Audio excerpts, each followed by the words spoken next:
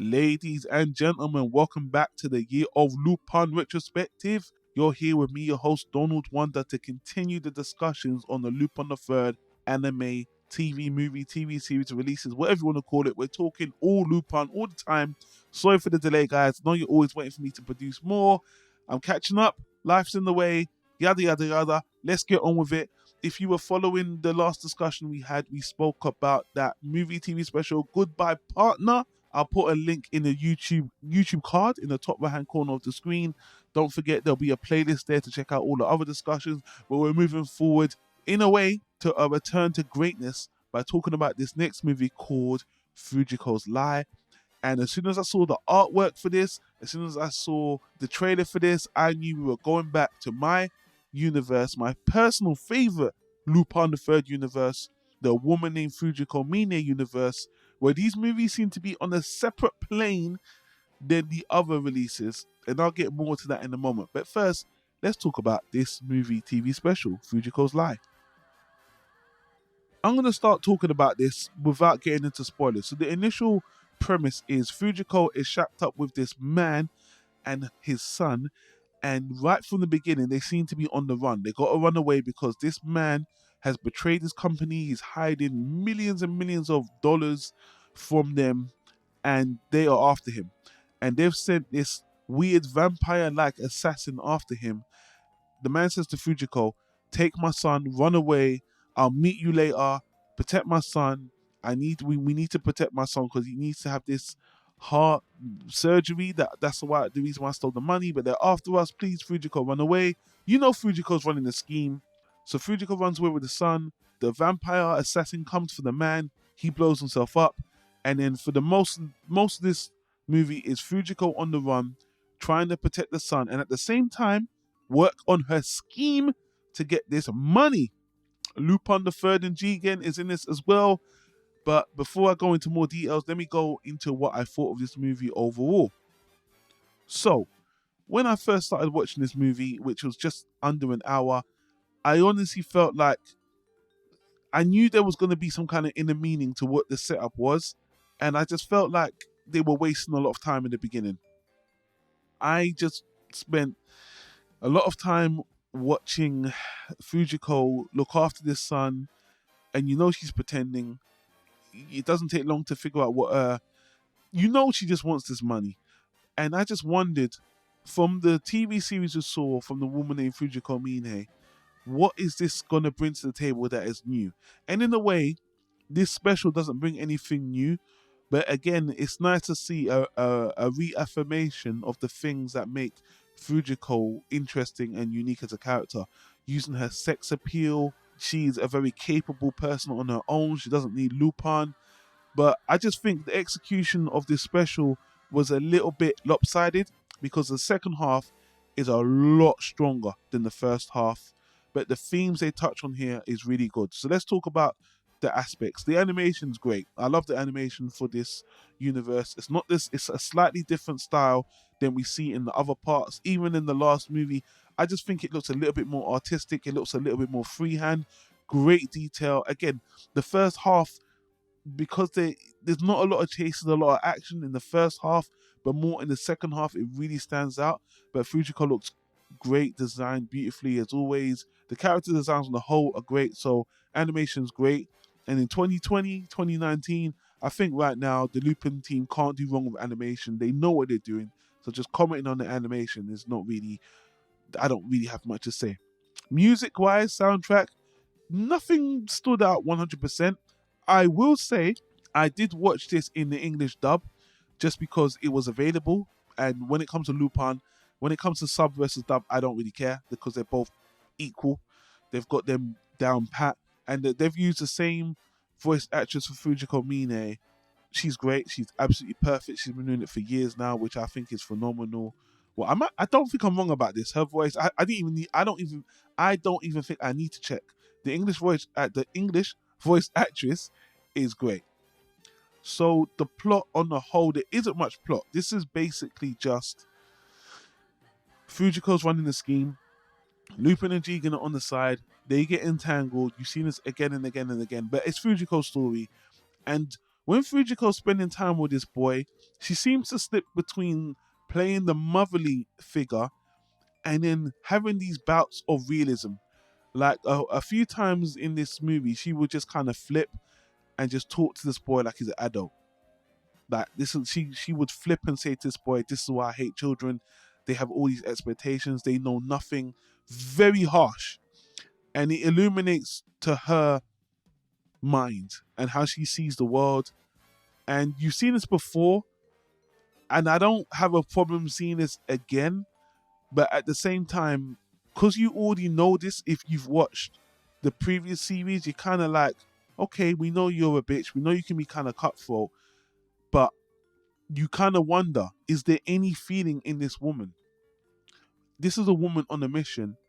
And I do like the dynamic between her and the boy near the end as well. When the curtains are pulled back and you start to see what's really going on, it becomes more interesting. Now, this vampire character they're using, that the henchmen or the bosses are using to chase Fujiko and the boy, when I first saw him, I thought, just having this kind of overpowered villain that's come out of nowhere, this supernatural villain, is kind of cheap. But I like the fact that Fujiko takes him on herself, and there's a bit of pathos between them as Fujiko uses her sex appeal to kind of get into his mind. And it's a trope that they always use with her, but it's a trope for a reason. It works. In fact, a lot of Fujiko's interactions, she uses her sex appeal to get what she wants, but with the young boy, it doesn't work. And it seems to frustrate her. And it's that's one interesting part of this series and this movie, which is sometimes creepy. There's a scene where she's in the bath with a boy and she's still trying to use her sex appeal, but she's not trying to seduce the boy. She's just using her power, which doesn't work in this instance. And ultimately, I think one thing that's interesting about this special as well is that it seems like she's not going to get what she wants because she kind of has this conflict within her. Now, Lupin and Jigen are a very small part of this, to be honest with you. But again, I really like the interaction specifically between Lupin and Fujiko, because once again, and from part 5, and from everything I'm seeing from this more mature universe, you really get to understand that Lupin and Fujiko are extremely similar, and they really understand each other, and they are in it for the game. These two are hustlers, and they really understand each other. They are two sides of the same coin, and I think this universe has a much... Well, to be honest with you, even the main universe with the part 5s and part 4s, I think they're doing a good job at establishing a very mature relationship between Lupin III and Fujiko Mine. And again, I think the biggest downfall to this special is it relies on you watching a woman named Fujiko Mine. If you came into this cold and you'd never watched anything and this is just a standalone movie, I think the tone of this doesn't fit the more jovial series is. But this is my favorite. I love serious Lupin, so this is perfect, and it becomes a character piece, particularly in the second half where things are revealed about what Fujiko's doing and what's actually going on, which is really good. A few other things that are callbacks to the previous 2 movies in this series in particular, with the blood spray of Goemon, that villain or that person that Goemon was fighting, Hawk, he shows up, and even in Jigen's gravestone, that sniper shooter that he was fighting, he shows up as well. And there's this other hint to world building where they talk about, I think the thing that Jigen and Lupin are in this for is to find out where all these other movies are connecting. There's a big boss. There's this kind of world building element where all these 3 movies, Jigen's gravestone, Goemon, Bloodspray, and this, there's a puppeteer in the background, and to be honest with you, I think it's clear who it is. They mentioned it, they showed one clip of it in the first movie, and I think they're just building to Mamo.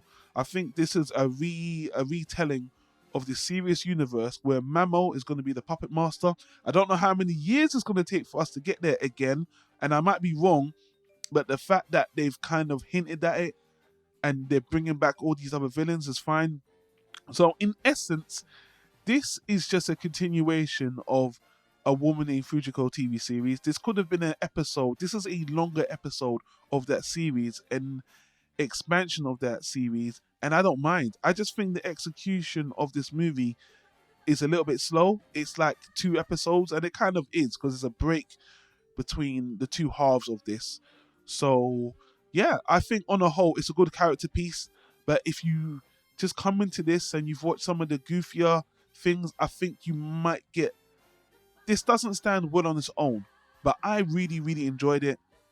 If I were to give this a rating, I'd give it a solid B. It has its problems, just like all the other movies. It's kind of short for what it is, and I think they could have cut to the chase a little bit more, but I got what I wanted. When I saw this was called Fujiko's Lie, and I saw it was the art style, was going to go back, and this was the same director of the Fujiko Mine TV series, I got what I wanted. So I'm not really disappointed. And you know, we always get these throwaway Lupin the Third movie specials that are just one story, but this is a continuation of a universe, which I like. So I like the fact the franchise is serving 2 fan bases. You've got the parts, which are the jovial, standalone episodes ones, which we all enjoy, and they're a little bit more whimsical and disposable. And then we've got the Fujiko Mine universe, which is a lot more serious, a lot darker, more sexy, and I don't mind that. I think it's more honest and more mature, and for that I love it. So this is an addition to something that's going on. This is a continuation of another series, and it's a break from what I'm seeing before. So to be honest with you, I like it. It's an addition to something else. It builds upon something that we've seen before, and that's great. So yeah, that's all I really got to say. I enjoyed it. It's good. But I understand some people didn't like it. I saw the reviews. In fact, if we go to Rotten Tomatoes, IMDb, and My Anime List, some people were disappointed. And I think I really enjoyed the last action scene between Fujiko and the guy. It was even a bit tragic, what she was saying and her using her sex appeal. And there's a part where they even completely explain the guy's power set, which I thought was a bit, it was good. It was a little bit contrived, but it was good that they just explained this guy is not supernatural. He was manufactured, which was good. So it was grounded, which is good as well. But yeah, some people didn't like that. Some people just thought this was kind of disposable in its own right. But yeah, it's a continuation of the Fujiko Mine TV series. So some people might just be like, what was that? But yeah, I liked it. I really love this universe. So it caters to a specific fan, and they got me. So yeah. One other thing I want to do, I want to point out, every time I do these reviews, I like to go on YouTube and see what other people thought. And I saw a YouTube video, just a short one. I forgot the guy's name, but I think his name was it Adam? I think it was Adam. I might be wrong. But he made a video called Fujiko is Inconsistent. I thought it was a good video. I think it's worth a watch. Check it out. I think he did some really good videos about, he did a video prior to this called Lupin the Third is a Pervert, which I think is good as well. They're little essays, which I enjoy. I didn't 100% agree with his take, but I think it's a very good video. And yeah, I can see why he said that. But again, when you've got a franchise that's been running for 50 years and you've got so many different directors having a go at it, I think in a way, Jigen is probably the most consistent character. And Lupin and Jigen are the most consistent characters. Goemon and Fujiko, they are quite inconsistent, to be honest with you. I don't know whether to blame the writers for that, but again, it's not a complaint, just an observation. So check out that video. I'll link it in the YouTube card as well. Thanks for watching the Year of Lupin. I know you guys are dying for me to get to the CGI Lupin the Third movie. I haven't even checked how far I am away from that. It might be the next video. It might not be. I'm looking forward to seeing that. I think there was one more thing I wanted to recommend, but I'll leave it in the comments down below the YouTube card. But guys, thanks for listening. Thanks for staying tuned. I do apologize. I'll at least try to get the next review out before the end of the year. But life, coronavirus, guys, I hope you're staying safe and all the other stuff. I hope if you're watching this in the future, we're getting this mad time behind us. But guys, stay safe. Thanks for watching. Thanks for listening. And I'll see you on the next recording for Lupin the Third. Take care, guys. Peace.